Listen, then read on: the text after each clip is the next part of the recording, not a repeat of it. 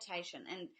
And this is something that, every different country or even every different state has different rules about that.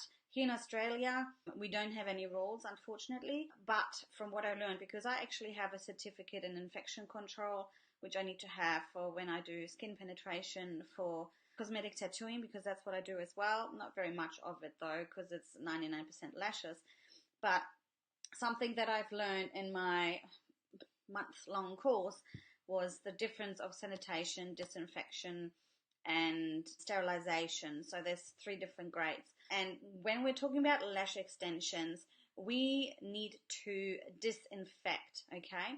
If you are in a salon where you have an autoclave, and what an autoclave is it works with pressure and heat at the same time, and you put instruments in that are not disposable, so anything from a blade, tweezer, or anything like that, and that will actually kill 99.999% of the bacteria. This is called sterilization. If you have one in your salon because you need to use it anyway for other things that you are doing because you have to sterilize, then go ahead and do that. But in our country here, in eyelash extensions, what we need to do is to actually disinfect. And there's many hospital-grade disinfectants that you can use. So if you are penetrating the skin here in Australia, you need to have a personal appearances license from the council, and you have to have a certificate in infection control to be able to practice. Now, I don't own an autoclave, so what I use is disposables. Yeah, that's the only other way. But you need to be able to show them how you actually use it. Now, depending on the country that you live in, you will probably only need to disinfect. And disinfecting you can do with a hospital-grade disinfectant. They come in all sorts of different company shapes and forms. I personally use Vira Clean, which I get from a medical supplier here in Australia, from Triple S. They're just down the road in Murray, and they disinfect. Yeah, they will not kill 100% of the bacteria like an autoclave would, but in lashing, we are not actually penetrating the skin. Now, if you happen to poke your client or yourself in the finger with the tweezers, you need to either have a sterilization method of some kind, which most salons won't have, or you need to toss them, because all that blood on there is now, in risk of going onto someone else's body if you keep on lashing, even if you're disinfecting it or sanitizing it. You need to have an autoclave in order to do so. So what a lot of people don't understand and get wrong is, I know that a lot of us lash artists, we actually also do tweezing eyebrows, we are waxing eyebrows, and then we're using the tweezers. And something that a lot of people don't understand is that we actually tweezing, yeah, and every time you tweeze, you're actually pulling the follicle out with it, and there's blood on it.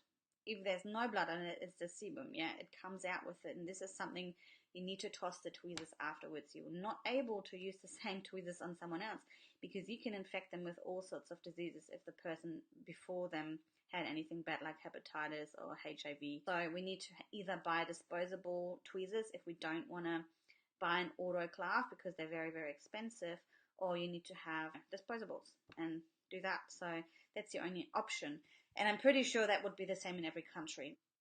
However, unfortunately, a lot of beauty courses don't teach that until they need to teach skin penetration, proper skin penetration, like microblading or eyeliner tattoo or lip liner or whatever. Keep that in mind. As lash technicians, we don't need to sterilize unless you're actually traumatizing the skin and draw blood. Now, the best way for you to clean your instruments is to have a shallow bowl with your solution, like your disinfectant, hospital-grade disinfectant. Make sure it's in date as well, because they do expire, and then you cannot use them anymore. And then just lay them flat in it and soak them for like 10 minutes. That's why I always have a few different tweezers. I'll show you quickly. So you literally just, let's say this is full of something like a solution. You put it in, make sure that it covers the whole tweezer everywhere, and then you leave it for 10 minutes. In the beginning, you can even wipe it down with alcohol wipes. Put it in for 10 minutes, and then you rinse it with some warm water. And you can even use a little nail brush and scrub it. And this is the way that I clean my instruments all the time.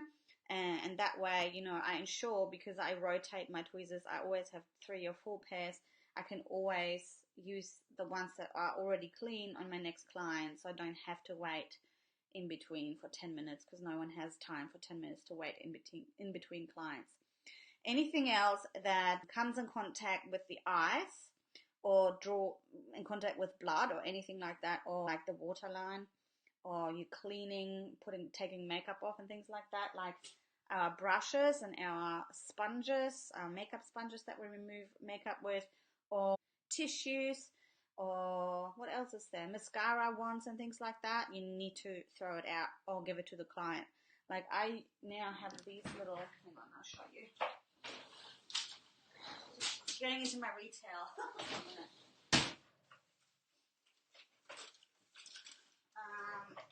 I now have these little lash wands. Desiree stocks them from Lash Wands. I'm a reseller, and then there's also a reseller in the US, I believe, or Canada.